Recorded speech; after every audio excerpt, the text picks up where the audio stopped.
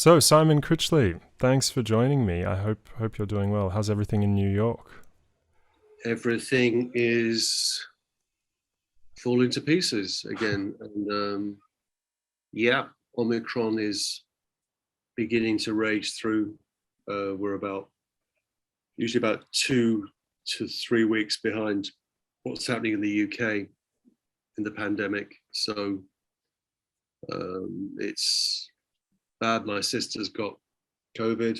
Oh no. But not terrible. She seems to be okay. And it's just people are succumbing, but it doesn't seem to be as serious a variant, but who knows? But Hmm.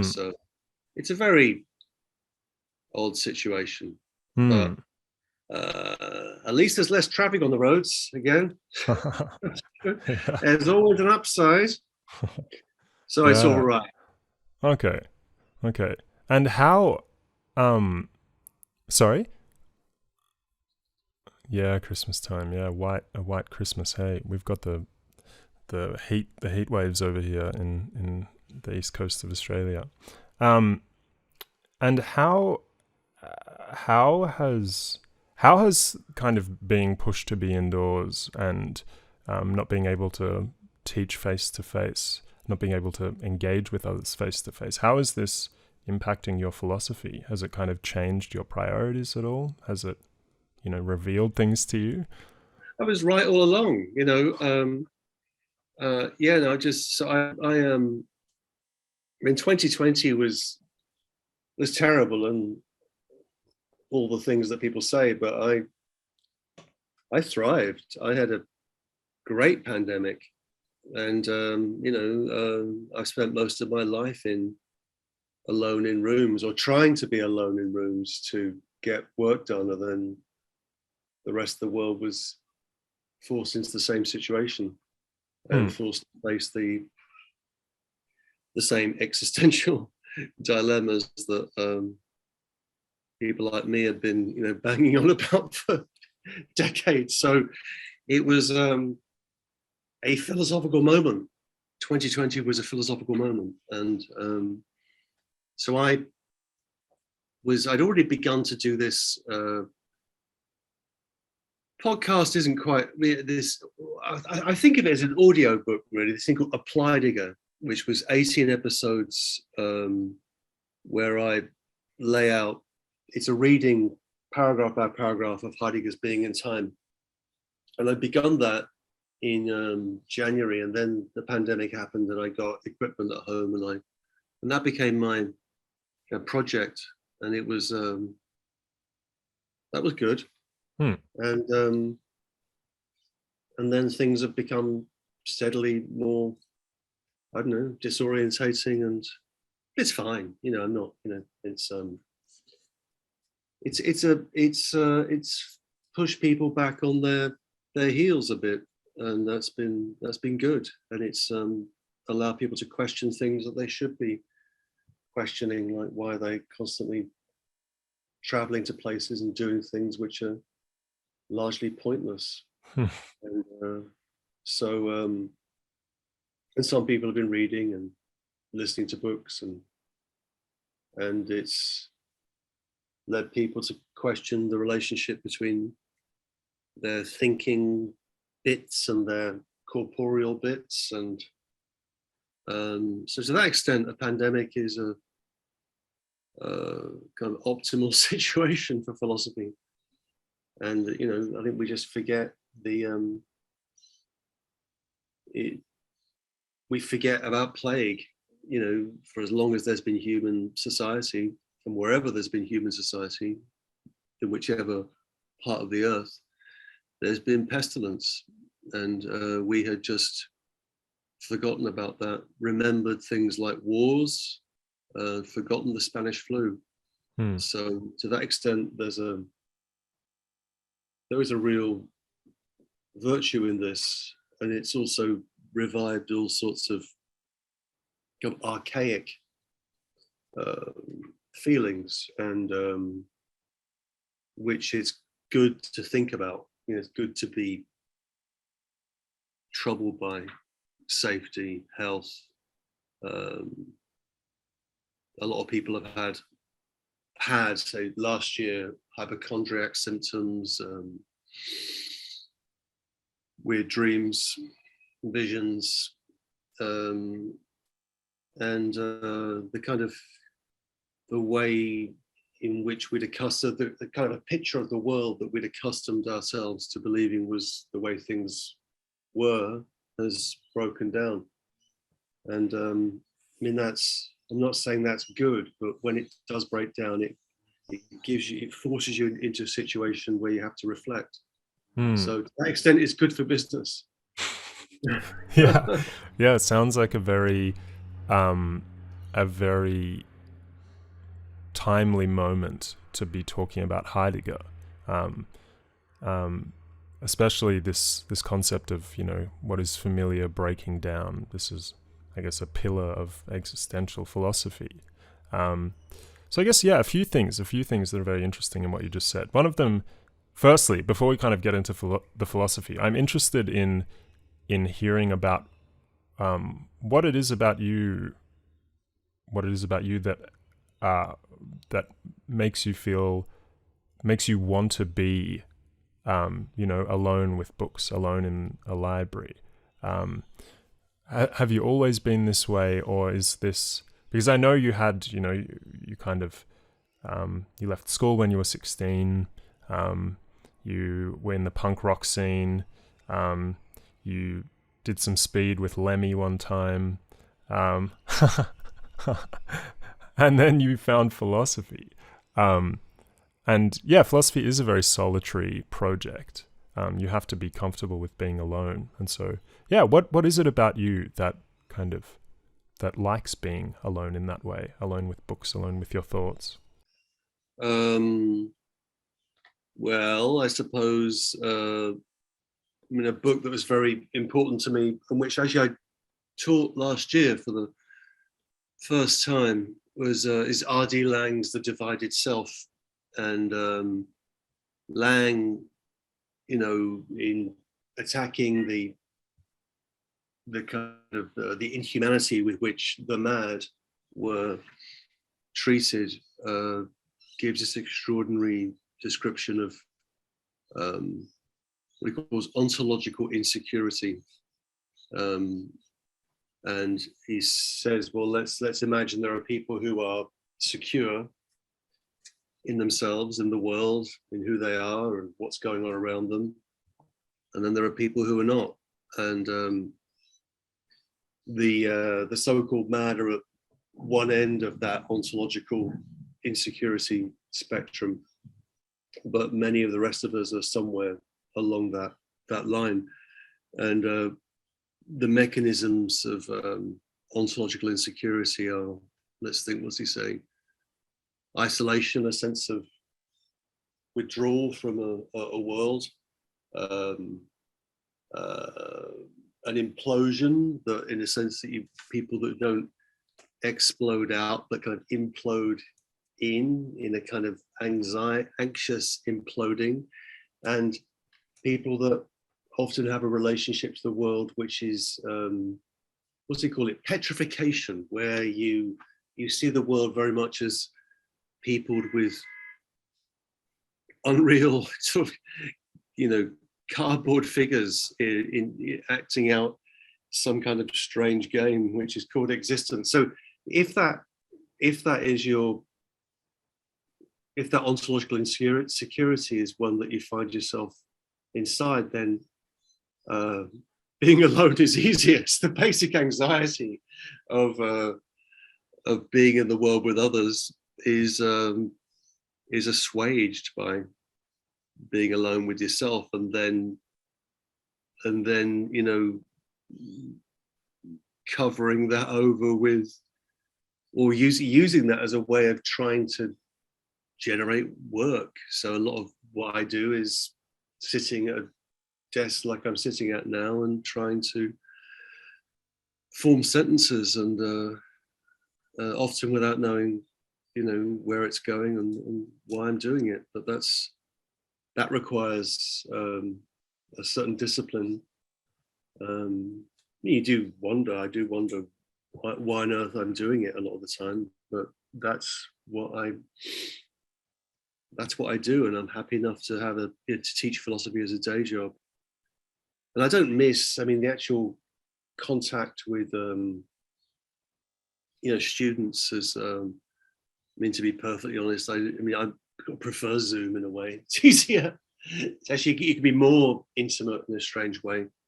And I never really thought of myself as much of a classroom teacher. I think I can do certain things in classrooms, but there's an American seminar style, which I certainly don't have, which is, to have an open discussion. Never been much good at that. So this rather suits me. So I guess, one's own sense of just kind of not really fitting into the world. And that could have led to, all sorts of strange outcomes. But happily, I found books. And I had access to free, higher education. And I grabbed it with both hands, and still very grateful that happened. Yeah, it's one real devastating fact about our time is that there is a movement away from the humanities in the higher education world. Funding cuts, people being incentivized to get into maths, science, engineering, technology. And I wonder whether those of us, because I'm similar to you in the sense that I think, this kind of, what did you call it? Ontological insecurity. This is something that I've always felt. And so I'm a relatively solitary character. I'm an only child, which makes it even more natural for me to be solitary. But yeah, philosophy has been something that has kind of allowed me to comfortably sit in my ontological insecurity. And I worry that many people aren't ever going to be exposed to the kind of thinking that allows one to explore their ontological insecurity. It seems like what people are encouraged to do is, to do all of this very strange kind of self-affirming positive stuff like meditate and do yoga, rather than, kind of get really deep into their own experience. So yeah, like, has philosophy for you been therapeutic? I know Wittgenstein talks about philosophy as therapy, and you're a big Wittgenstein fan. Not a Wittgensteinian, but a fellow traveler at times. Yeah, he used to be absolutely central to philosophy in the context that I knew, and I regret his absence. I think we could do with, there's things we can learn from Wittgenstein, but yeah. But the therapeutic, well, yes. I mean, at a very naive level,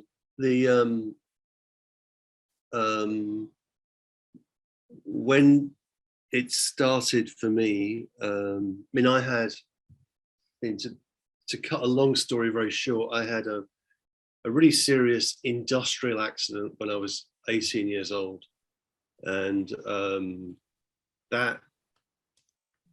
My hand was effectively kind of severed and led to all sorts of strange effects, one of which was amnesia, loss of most of my childhood memories. So 18 onwards, it was really, there was that. And then about 18 months after that happened, and it was a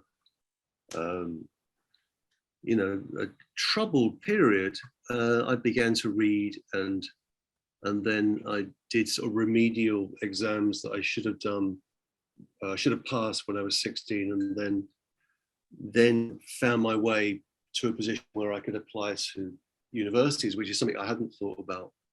And I was reading. I mean, so the sense in which being an autodidact, I think, is Really important. I wish there were more autodidacts. I like autodidacts because there's a weirdness to teaching yourself things just using a puppet library or whatever it might be to kind of figure out the world.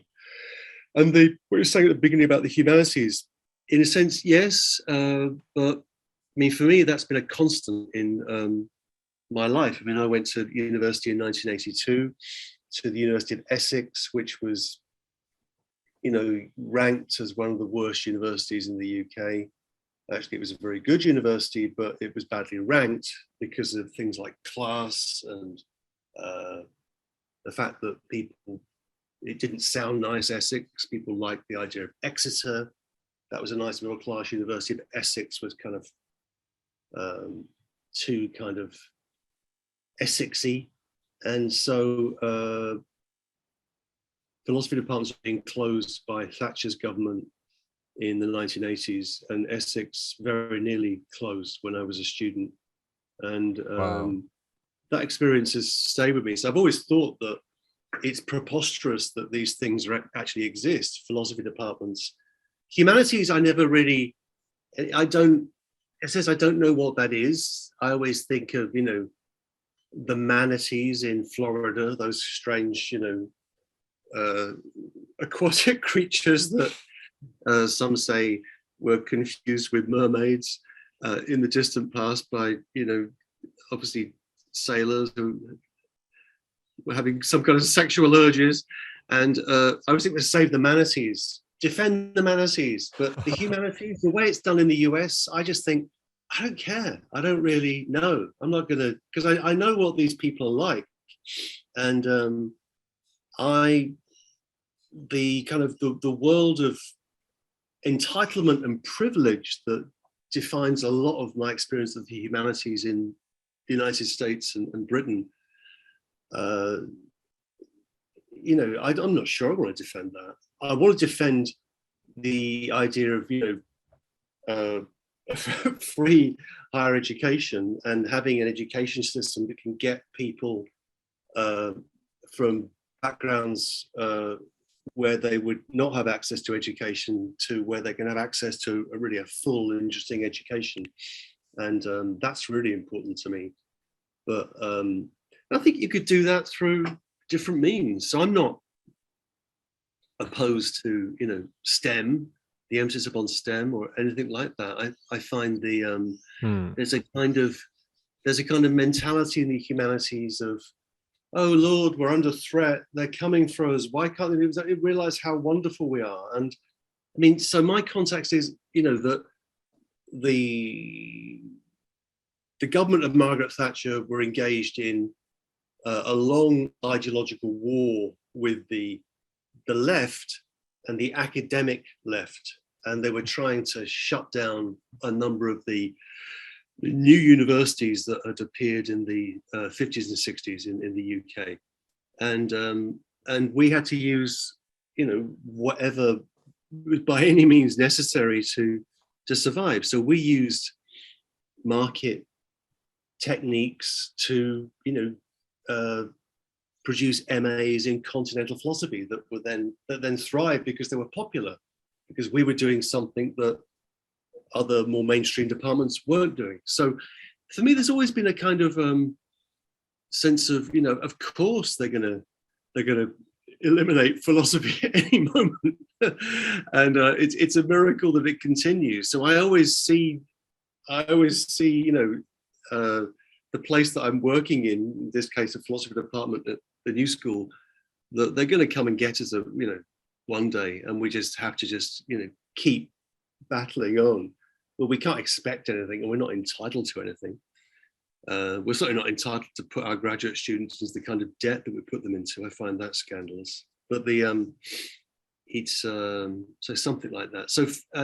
So not much of a defense of the humanities there, actually. And no, I mean, I just think it's, you know, I don't really know what they're talking about. This idea of these things are somehow given and you should expect these things to continue in this form, and it's kind of shocking and outrageous when they're called into question. I think, well, of course they should be called into question. Of course governments are going to be in, ideological fights with institutions of learning, and we have to learn to fight back and not just defend but attack. And so I'm very interested in, this has been, for philosophy, I think the last 30 years have been a complex period, because on the one hand, I think there's more public awareness of philosophy than there was when I was a student, that's for sure.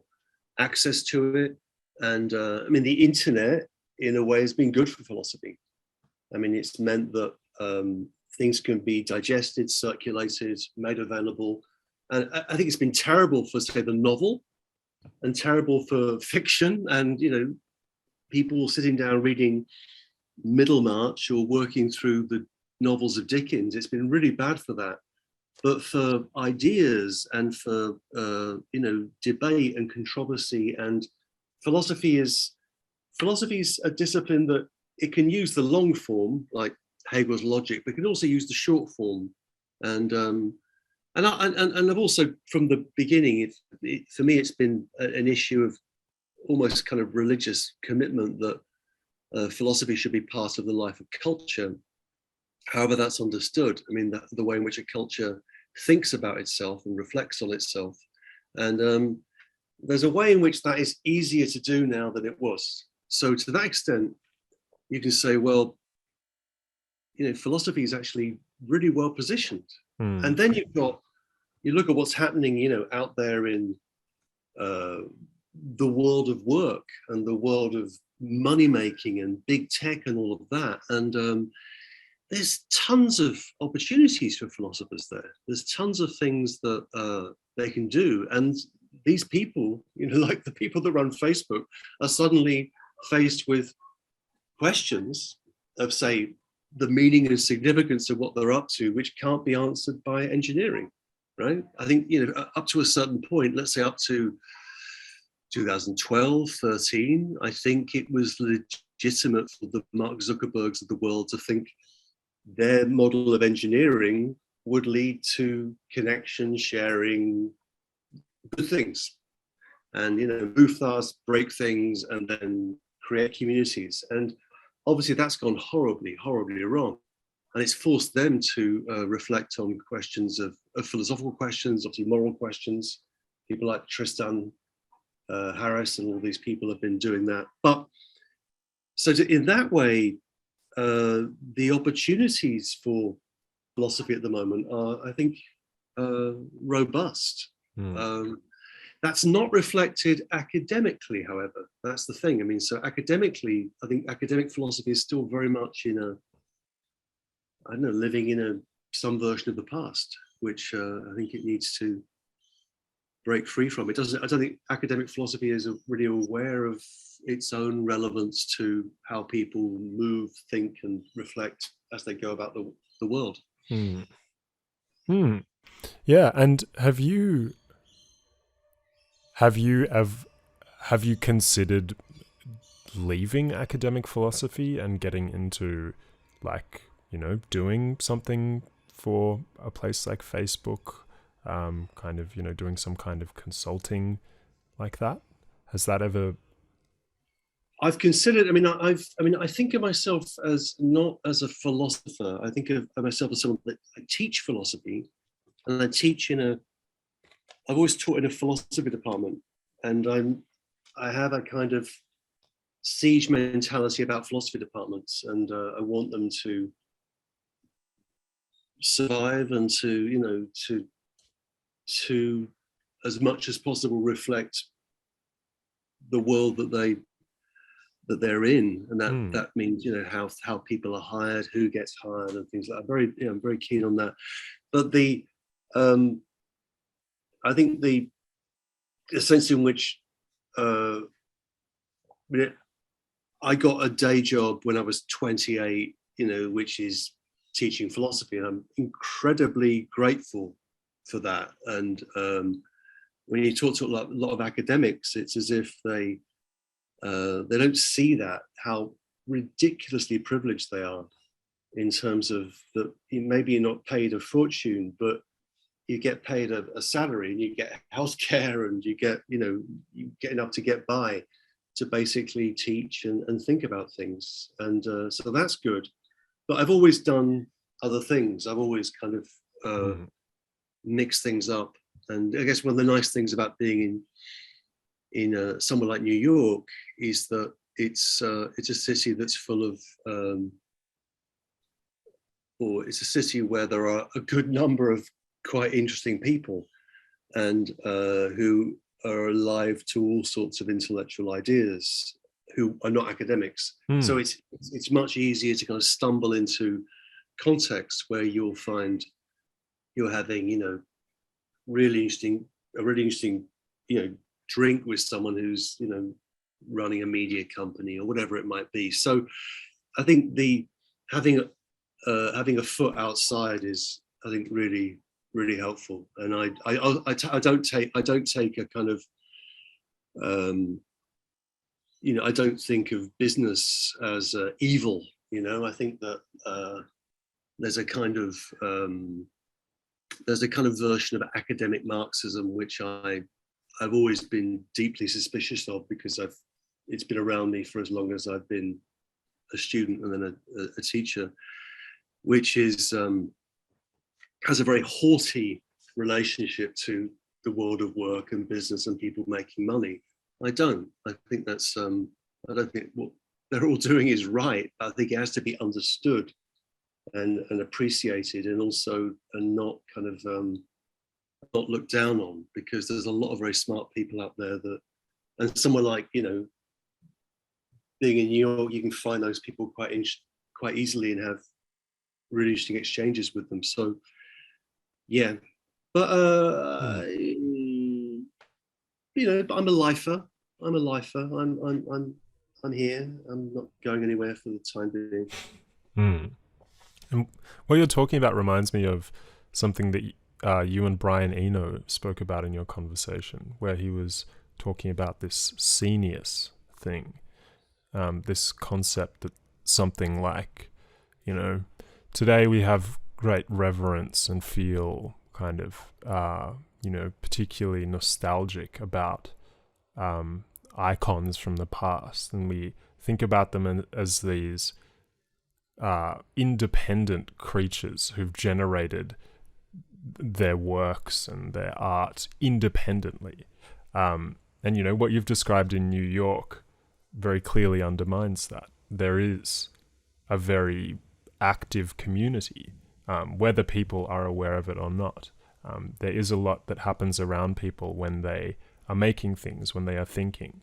Cenius is great. Cenius is really, because Eno's using it to think about music, and again, you're right. We think about, we'll think about historical periods in terms of individuals, like the members of the Beatles or Bowie or whoever it may be, but we don't see the scene that made that possible. And in my case, the Cenius was the world of kind of weird provincial academia in England in the 1980s, which was an extraordinarily permissive and kind of intellectually promiscuous context, which made all sorts of things possible. And there were just really interesting people around who you could engage with, get drunk with, have a nice time with, and who wanted to talk about things. And so you felt, and that made work happen, So it sort of makes you sad in a way that if I think back to when I was an undergraduate and a graduate student, there were a good number of us interested in these things, and not everybody has persisted, but it was really important that everybody was there, and that's Cenius for thinking and doing philosophy. I think is really important, which is why, although I'm quite happy with Zoom and all the rest, there is it's essential for students to have a scene, to have somewhere where they can, students always talk about the people they were students with, and they imagine it as some kind of special time because it was special for them. The pandemic has dented that and has had a very, we'll see what effect that has, but we have, a couple of years of people that don't really have that experience of being alongside other people, not in the actual intellectual content.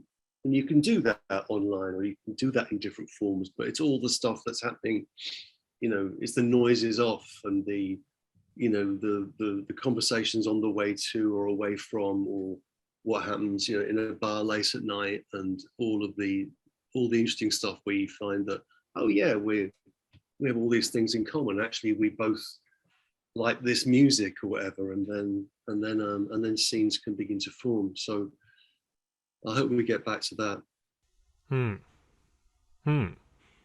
Yeah, one thing that this has got me thinking about is whether the Anglo world, whether Anglo culture is good at kind of cultivating and allowing this concept of Cenius. Because in Australia, which has incredibly strong roots to the UK, is very similar in many ways. People aren't very good at engaging with strangers, and it's kind of unacceptable to go up to someone on the street and say hello. People kind of panic, and they're very kind of reluctant to. My experience has been that people generally treat conversations with strangers as some kind of affront. And yeah, I guess because while that may be a kind of, a general trend in Anglo culture, it's definitely not true in certain creative and kind of musical spheres. It's more that there are, a Cenius is somewhere where there can be a kind of amalgam. To think about it in terms of you're making something very hot. You're creating an amalgam like bronze, which requires heat and technology and stuff. And then at a certain point, individuals can amalgamate. They can kind of, set themselves on fire for a short period of time. And I think that's possible anywhere. And intellectual cultures are like that. There'll be just moments of sort of incendiary moments, like the late 18th, early 19th century in certain parts of Germany, or you think about the French context from about the 1930s. It survives until pretty much the 70s, just as an incredibly fertile scene where people were in relations of rivalry. They knew each other, reading each other. It was a small scene. It was also a scene bound by a language, and it produced, a number of generations of intellectual brilliance from someone like Kojève through to Sartre, Merleau-Ponty, on through to Foucault, Derrida, Deleuze, these people, and Sarah Kaufman and Irigaray and all those people, and that there is. So I think scenes are just happen. They require certain conditions, or that they're helped by certain conditions. But I mean, I think that, to put it really brutally, I think that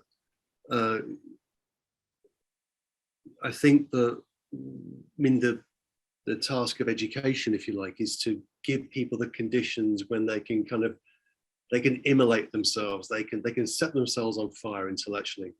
They can create a spark, a flame, and that's all you want. That's really when there's a flame, you look at the flame. You don't look at the wick or the candle, but that came out of a scene of a whole number of other people that were doing that, and so that's, that kind of sheer intellectual and cultural excitement is really what I like it when that's happening, and I can, you know, and I've had students over the years who've been like that, and that makes me really happy. That's got harder with, you know, the last, you know, there's no doubting that academia has become a more policed, controlled environment, and without getting into, you know, cancel culture and all of that, but that has had an effect. There is a sense in which if you know, as when I was a student, that in a sense there was enormous freedom with the relation that I had with fellow students, and then students that were further a lot ahead of me, and then with faculty or professors who were very young, often at the time, and then it was great fun, and nobody was Instagramming anything, you know. So there was a great freedom to that, which I miss. But I think it's still possible. Australia would be, I think that the, I mean, I think I could think about a number of scenes. I think about, you know, I taught at the University of Sydney in 2000 for a chunk of a semester. I should have been there for longer. I enjoyed myself enormously. I had a wonderful time, but I was going into there was something that was called I think the visiting lecturer in philosophy. And at that point, the Sydney philosophy department was divided into two. There was general philosophy and traditional and modern. And these departments are divided because of Australia's participation in the Vietnam War, and then different reactions to it. It basically fell along the lines of whether people were, there was a strong Marxist tradition in Sydney. Marxist feminism was very strong, and then you had a kind of strand of analytic philosophy that was, I guess, slightly more conservative, in some cases slightly reactionary, and that created a kind of war. So those departments divided, and the day I arrived in Sydney, by sheer coincidence, was the day those two departments were forced to reunify, not out of any love for each other, but because the administration just said, we can't afford to have two departments, we'll only have one. So I mean, Critchley's coming to town, so we've got to unify. But so there were scenes there, and I think about the scene of, in particular, I don't know, the feminist scene in Sydney was legendary. From, you know, Sydney libertarians, the 𝘎𝙗𝙤𝙘𝙀 Greers and the anarchist scene in the 60s, and then the Marxist scene, and that was, and that allowed, you know, and there were teachers at Sydney like Elizabeth Gross, who had an extraordinary influence, and, you know, all sorts of students that she had who were teaching. And then I think of philosophers like Moira Gatens and Genevieve Lloyd, who was at UNSW. I mean, yeah, there was a scene. I think it has to be I think the issue of, I think the problem, in many ways, the problem with where we are in general now is, you know, really what is important and what counts as important. And I think the ultimate truth of the internet is that it makes everything unimportant. Everything loses significance because everything is just like something else, you know. Here's this new work, and then here's a meme with a cat, and it makes it really hard to get a sense of what is significant. But I think you know, it's all is not lost, I guess I'm saying. How yeah, maybe. I think it's hard as a young person using the internet, especially when you've grown up with a kind of, you know, very curated slideshow of what the world looks like. That makes it, I feel like the effect on me has been that it has absolutely decimated my attention span. And so, you know, going from Instagram to philosophy is one of the most jarring jumps possible. Yeah, but I'm wondering what your relationship to the internet is like. Do you use social media? Do you find that it's, you know, I guess, yeah.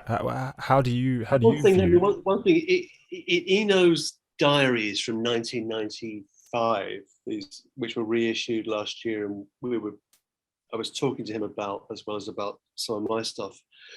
He makes a number of kind of what he calls bizarre predictions in the book, and one is that in the future everybody will be their own publicist, which in 1995 sounded like a weird thing to say. There used to be people called publicists that did that, and we've all become our own publicists. And in a sense, everybody's relation to social media is, everybody is a self-publicizing narcissistic wreck. So in a sense, you can opt out of that. So I use it for, sending things around. I sometimes wonder why on earth I'm doing it, and then, there's cat videos, and then I'll get some news from my family in England about this and that. But I think that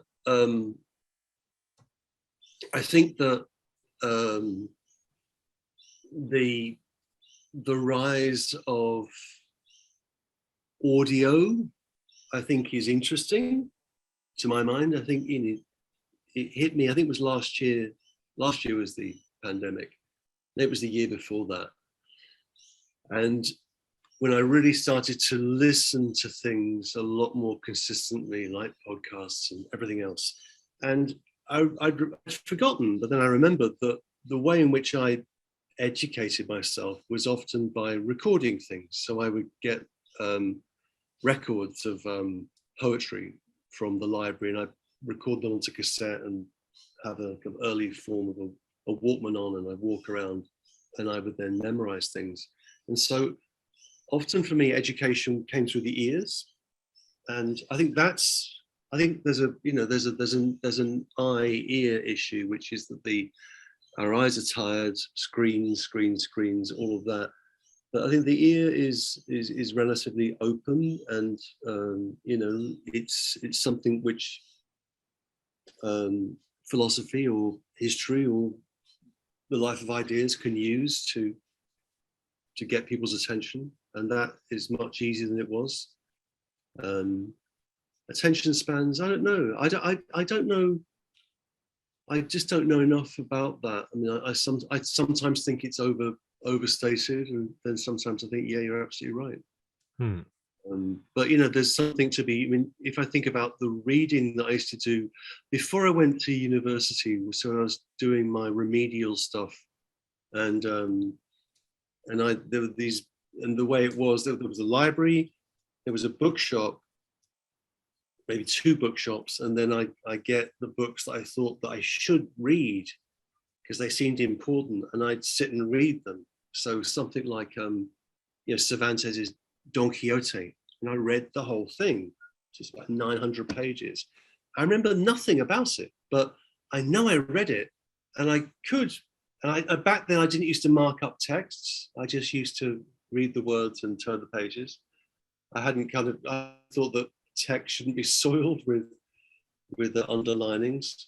So obviously that meant not being interrupted, right? So there's something about that which is true, that the way in which we've moved, we didn't choose this, we've complied with it, a form of existence where our ability to focus on something is really compromised, and that's a problem. And it's a problem also if you write. I mean, I'm sort of committed to writing books, and I like that because I think of books as an outmoded medium, a kind of pointless medium, which of course makes me love them even more. So I will devote the rest of my life to producing more forms of this pointless medium. But yeah, I don't know where that takes us. No, it takes us to a very interesting place, which is that the Brian Eno's prediction about, in 1995, everyone becoming their own publicist. I think that's certainly true. And I think one thing that has come along with this is that everyone feels entitled, or everyone feels as though what they're putting out is worth being put out there. And yeah, the gatekeepers have gone. And yeah, some of it, you get a real mix. And I'm wondering whether you think this shift towards, kind of idealization of the self that has come with social media, whether you think this is good or bad, because very, very early on in our conversation, you were talking about how the pandemic has kind of revealed to us the importance of some kind of key values, what it means to be a person, to eat, to walk, to exercise, to socialize.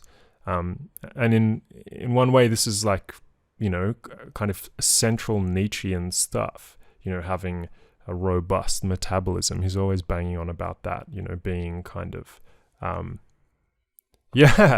So, yeah, I suppose, like, what do you think that it is good for people to kind of have this, this connection with, and this confidence, whether or not it's, authentic or not, this confidence in kind of putting the self out there?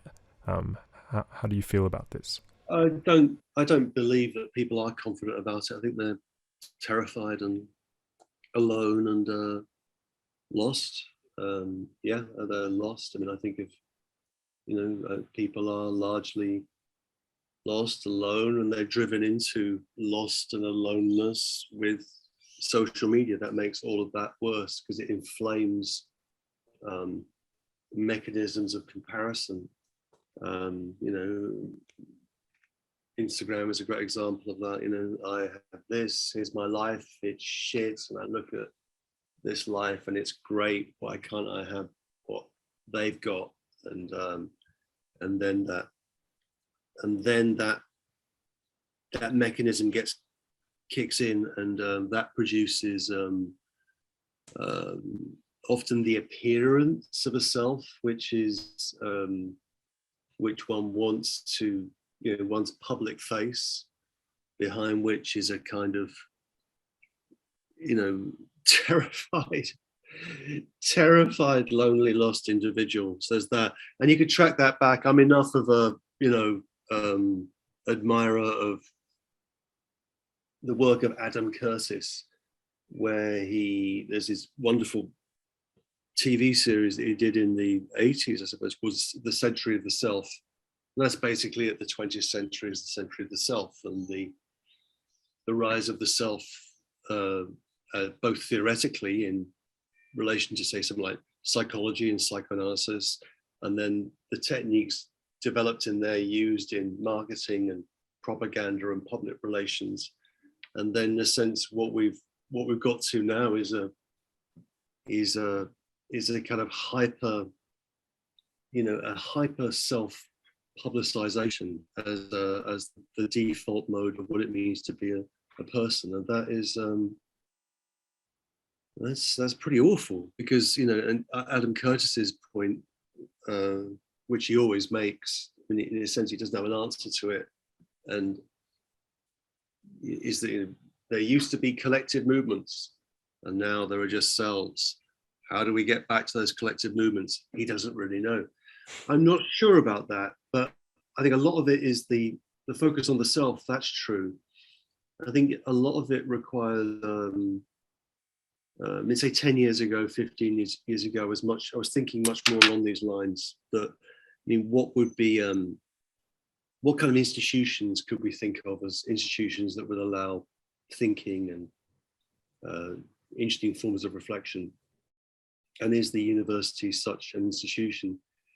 And I tried to write something about that some years back, and haven't really gone back to it because I guess I'm a little bit The answer is no, I haven't. I think there have been various attempts to construct institutions, new kinds of schools, and I think that's really, so if we're talking about something collective, then we have to be thinking about institutions, not institutions necessarily as state-sponsored institutions or state-funded, but institutions which are, collectively owned, shared, and used. And so I like the idea of, I've always liked reading groups and informal collectives and of different types, and that's one thing that could be done. And obviously that tendency, which has been going on, in particular with the arrival of, if you think about, smartphone saturation is around 2012 or thereabouts, certainly in the developed world. That's kind of racing along in its way, and then the pandemic, the last 2 years, has kind of accelerated all of that and created awful, strange distortions. I think in where people's longing for collectivity has, but the fact that they're alone has produced these, proliferation of movements online of different kinds, on the left, on the right, and that is a kind of mad, psychotic universe that, we believe to be real because the media likes reporting on it. And I don't know what to make of that. And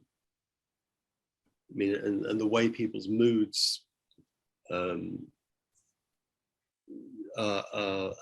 watching, being here in, the Trump era, and the way people's moods and reactions were calibrated to, Donald Trump's Twitter feed it becomes quite alarming after a while. So, yeah, I don't know what the answer is. One answer is just, well, you take over the means of production and seize hold of the state, the orthodox Marxist answer, or you disappear off to the woods or the suburbs and try and build something with a few people on your own, which was the kind of the more anarchist solution, which I was more attracted to in the past, because it's more controllable, even though it's sort of doomed to fail. At least it's fun while it lasts.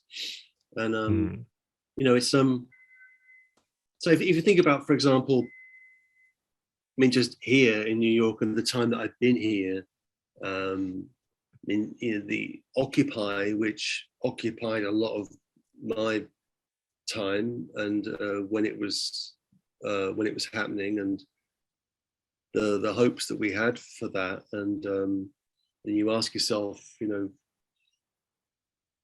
a decade on from that, well, what consequences did that have? Well, you could say, well, that led to Tahrir Square, and where did that go? That led to an even more repressive dictatorship in Egypt. And it's kind of, and then you look at movements last year, like the like BLM, and what happened after the murder of George Floyd in the United States and across the world. And it's a year or a year and a half on from that. It's really hard to figure that out now. What was that? Was that real? Was that kind of manic, response to the kind of melancholy that everybody had been through? It kind of flipped over, but it was wild here, but it's not clear what it was.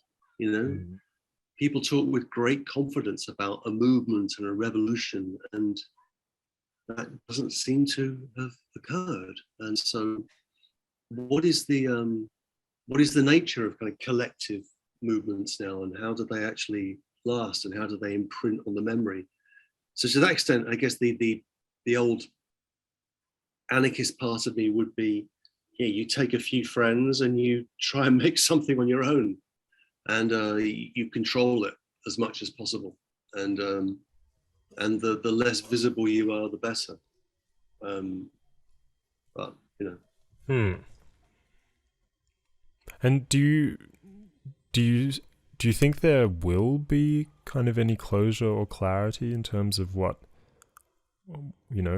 like, I guess the Occupy stuff did happen a while ago, and if you sense that there isn't much clarity in terms of what actually came from that, then I imagine, there might be the same destiny in terms of uncertainty for BLM. But I think there's a purity on the left. There's a pure. I mean, my political formation was. I was in the Labour Party in Britain for 10 years, and I worked in the Labour Party, and Labour Party was not perfect, but the imperative was the removal of Thatcherism. And this was the only vehicle that could be used to remove Thatcherism. Therefore, we worked in the Labour Party, warts and all, and lost 3-4 elections, and then Tony Blair won. Right? We forget that. That was an extraordinary moment. The left, we thought, social democratic left, seized power, and that doesn't seem to be remembered particularly well. So does one, where does one work, and how does what does one do? I think I guess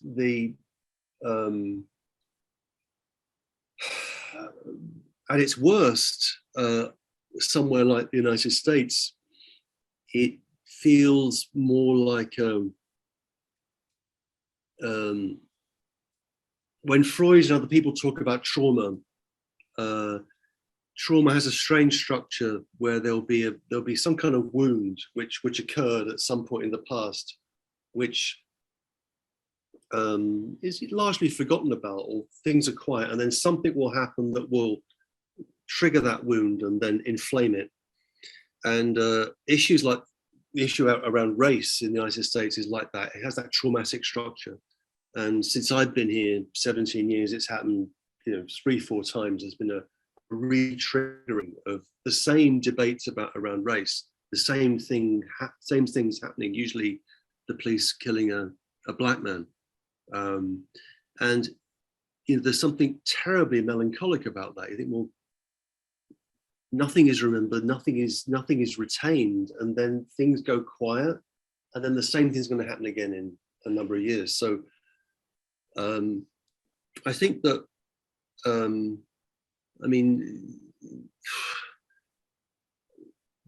we live in places which are based on lies, and for as long as people acquiesce in the lies that are told about those places, then nothing good's going to happen. And I think there was a way of telling a story in the 1990s and early 2000s which felt like those lies could be historically understood, nailed down, and pushed aside. I think for me, the 90s were a very peculiar decade because it seemed that certain structural problems in somewhere like the UK around, say, class and race and gender had been named and addressed, and things were moving in a kind of a cool direction. It was good, and people weren't nationalists in the way they were, where they had been. And then, lo and behold, 2 decades later, you find that old nationalism is back and in charge, governed by old Etonians, and the pandemic has buttressed that as well. But that the sense that the worst thing about the pandemic, I think, is that everywhere it's happened has kind of retreated to its kind of national myths, and Australia is a very good case in point. That in a sense, close the borders, keep the foreigners out, and turn the place into a prison, because it always was meant to be a prison anyway. And that feeling of and those old national myths, those archaic thoughts which we maybe had in some corner of our mind, but we thought were confined to the past, have kind of come back in dramatic ways, and I find that genuinely alarming. And I don't know what to do with that, and the way in which, and then you've got some like social media which is feeding that, feeding that in ever more inflamed, divisive terms, and that leading to intense confusion at the level of, say, government and people with administrative responsibilities. So, like, here or in the UK, no one's going to do anything about the current Omicron outbreak because they don't want to be, seen as the people that cancel Christmas or, are against freedom. They're worried about the electoral liabilities of some policy maneuver at this point. Whereas I guess the one thing that's still a thing that I still have faith in is, despite everything, is the decency of ordinary people. I think that for the most part, people are decent, and they try and do the right thing, right? So, if I'm looking down now into the traffic on Fifth Avenue and 51st Street, which is where I'm looking, there's less traffic than there was last week because people are staying home. No one's told them to stay home, but they know that they should keep things quiet because they want to spend time with someone they love on Christmas Day or whatever. So we're left with that. I think there's still a sort of bulwark of something good in civil society that can be hung on to, and I think that's the task of that should be the focus of whatever the left means. It should be at the level of actual civil society movements, and I think the left has become too principled, too abstract, and too out of touch with the actual interests and lives of ordinary people. And it's and there's massive distrust and hostility towards left liberal elites, academic elites, and I think that to some extent that's largely justified. And I really wonder what can be done. It's nearly 9:15. Yeah. Do you have time for one more question? Okay. So I suppose my final question is a kind of, practical, pragmatic one, in direct response to what you said. So, I think I'm really compelled. I feel very moved by what you were saying about, the need for a more kind of civic movement in the politics on the left. So instead of it being this kind of abstract, ideological, principled move, to kind of bring it back into, the real world. And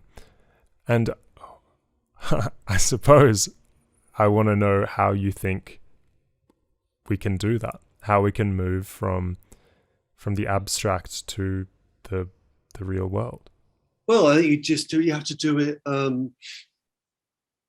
by getting in there amongst it and see what people actually think and understand it and respect it. I think we have to become, people like me, academics that think of themselves on the left, have to do that almost ethnographic work and get back inside those intuitions and not. I think the real issue with, to use the kind of buzzwords, movements around social justice. The real issue is not it's not reactionary tendencies against them or conservatism or anything like that. I think it's the exhaustion that they induce. I think that there's a kind of exhaustion that people feel in response to the endless kind of self-proclamations of the righteous. There's a lot of people out there, and the internet gives people a voice to do that, for the morally righteous to preach to people and tell them what to do. And I think that induces not fascism as a response. It induces a kind of exhaustion and apathy, and that's really dangerous. That exhaustion, it seems to me, and it seems to me that you have to look at Like you could look back. I mean, I sometimes think that the only real the only thing that people like me can do is to point things out historically, and to say, well, there have been terrible situations before, like Britain in the 19th century, the urban hells of after the Industrial Revolution, when people were being squashed like flies, and yet out of that came the labour movement, came the unions, came the Fabian, all that stuff, all that came out of there. And it's not so. The situation can be remedied by collective action, but it requires a kind of. Gramsci used to have this great idea of what he called the organic intellectual. He thought there were traditional intellectuals who'd be people like me, who'd be kind of in now. Not that I'm from wherever I'm from, but now, as a 61-year-old man, I'm a kind of traditional intellectual in an academic position, saying, this is good, this is bad. That's, or vote for this person, not for this person. That is useless. For Gramsci, the organic intellectual is the intellectual that comes out of the actual people, out of movements on the ground. And these things, we can think about people like Mandela, Gandhi in a different way. These are people that understood a context and were able to turn that to their advantage. So where are such people now, and where are such movements to be found? It's possible. All is not lost, quite. And the music, if you hear music in the background, can you hear music in the background? No. Okay, good. Well, good, because there's an ice rink. The absurdity of this is there's an ice rink in the Rockefeller Center, and they play this 20-minute loop of music, which is like after a couple of hours of it in the afternoon, it feels like the kind of thing the US military used to use to, with detainees in Iraq. They play heavy metal. Here I get these kind of, golden skating classics over and over again for hours. But it's quite amusing. Perfect thinking music. Yeah, right. Well, pleasure, Aleks. Simon, thank you so much for chatting with me. This has been a really, really wonderful conversation. I've learned a lot.